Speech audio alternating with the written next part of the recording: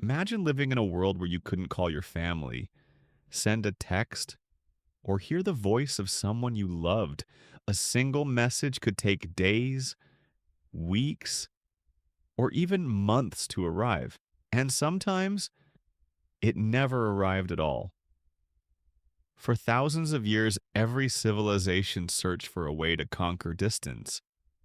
In ancient China, royal messengers raced across the land on horseback, carrying handwritten scrolls from one town to another. In ancient India, trained carrier pigeons flew through the skies with tiny messages tied to their legs. Across the Inca Empire of South America, runners sprinted across mountains, passing messages from one relay station to the next. In many African kingdoms, including present-day Ghana, talking drums echoed through forests, allowing villages to communicate across great distances. Different people, different civilizations, different methods, but they all face the same problem: distance. Even centuries later, like during World War I and World War II, carrier pigeons were still trusted to deliver critical military messages when every other system failed. But every flight was a gamble: a powerful storm, enemy gunfire, or a hungry hawk waiting in the sky. Any one of them could stop the pigeon forever. And if the pigeon never reached its destination, the message disappeared with it. Lives could be lost. Families could be separated. History could change. Simply because one message arrived too late. The world needed something faster, something more reliable. Someone had to change the future. That someone was Samuel Morse. The year was 1825. Samuel Morse was in Washington, D.C., out painting a portrait of the Marquis de Lafayette. Hundreds of miles away in New Haven, Connecticut, his wife Lucretia suddenly became gravely ill. A letter was written immediately. But in those days, letters traveled only as fast as horses, stagecoaches, and ships. Day after day, Samuel knew nothing. Then the message finally arrived. His wife was dying. Without hesitation, he rushed home. But the journey itself stole the time he desperately needed. When Samuel finally reached New Haven, his wife was gone. Her funeral was over. She had already been buried. Slowly, he walked to her grave. He stood there in complete silence. Then, he dropped to his knees. The pain was unbearable. He never got to say goodbye. One delayed message had changed his life forever. Standing beside that grave, one question echoed through his mind. Why should anyone have to wait days, weeks, or even months to receive life-changing news? 7 years later, in 1832, while sailing home to America aboard the ship Sully after a trip to Europe, Samuel overheard a discussion about electricity. In that moment, everything changed. If electricity could travel through a wire almost instantly, why couldn't messages? That single idea became an obsession. Back in America, Samuel devoted his life to turning that dream into reality. The road was anything but easy. His early experiments failed. Money ran out. People doubted him. Many believed his idea was impossible. But Samuel refused to quit. Soon, scientist Leonard Gale joined him, helping improve the electrical system. Then machinist Alfred Vail came aboard, refining the telegraph and helping develop the system of dots, dashes the world would come to know as Morse code. After years of failures, the impossible finally became possible. By 1837, Samuel Morse had built a working electric telegraph. Then came the day that would change history forever. May 24th, 1844. A telegraph line stretched between Washington, D.C. and Baltimore, Maryland. Samuel sat before his machine. He pressed the key. One signal after another, the message raced through the wire. Seconds later, it appeared in Baltimore. The words were simple: "What hath God wrought?"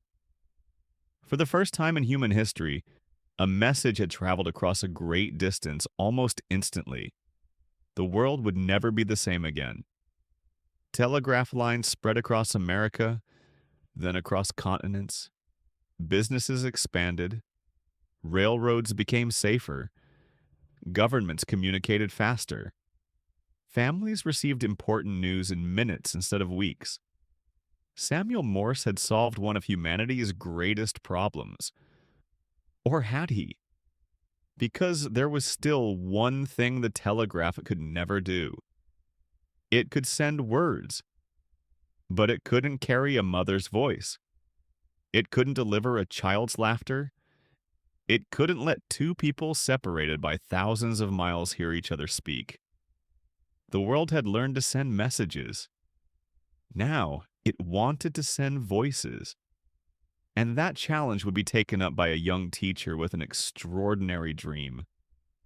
His name was Alexander Graham Bell. Speech. Bell grew up surrounded by language and communication. His father taught people how to speak using a system called visible speech, but it was Bell's mother who inspired him the most. As she gradually lost her hearing, young Alexander found creative ways to communicate with her, speaking softly against her forehead so she could feel the vibrations of his voice. Those moments planted a question that would shape the rest of his life. Could technology help people communicate better? Life, however, was far from easy. Bell lost both of his brothers to tuberculosis, a tragedy that devastated the family. Hoping for a healthier future, they left Scotland and settled in Canada. Soon after, Alexander moved to Boston, where he became a respected teacher of deaf students. Every lesson strengthened his determination to connect people through sound. While most inventors were trying to improve the telegraph, Bell dreamed of something far more ambitious: sending the human voice through a wire. Many believed it was impossible, yet Bell refused to give up. Working side by side with his trusted assistant, Thomas Watson, he spent endless days and sleepless nights surrounded by tangled wires, magnets, batteries, broken prototypes, and scattered blueprints. Experiment after experiment ended in failure, but each setback brought them one step closer to success. Then came the breakthrough. On March 10, 1876, Bell accidentally spilled acid on himself and called out, "Mr. Watson, come here, I want to see you." Watson heard every word through the experimental telephone in another room. For the first time in history, a human voice had successfully traveled through a wire. In that single moment, the world changed forever. Just days earlier, Bell had secured the patent for the telephone, protecting one of the greatest inventions of all time. What began as a simple experiment soon connected homes, businesses, cities, and eventually entire nations. As Bell's success grew, so did his happiness. He married Mabel Gardner Hubbard, a woman who had lost her hearing as a child. Their shared understanding of communication made their bond even stronger, and Mabel became one of Bell's greatest supporters throughout his life. But Bell's curiosity didn't end with the telephone. He continued inventing and experimenting with devices for the deaf, sound recording technology, aviation, hydrofoil boats, and even an early metal detector. To him, every invention was another opportunity to improve people's lives. In his later years, Bell quietly continued his research from his home in Nova Scotia, never losing the passion that had driven him since childhood. On August 2nd, 1922, Alexander Graham Bell passed away at the age of 75. As a final tribute, telephone lines across much of North America fell silent for 1 minute. The very invention that had allowed millions to hear one another paused to honor the man who made it possible.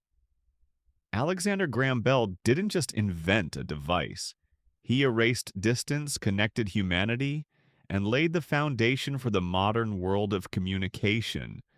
Every phone call, every voice message, and every conversation across continents carries the legacy of the man who dared to believe that voices could travel farther than anyone had ever imagined.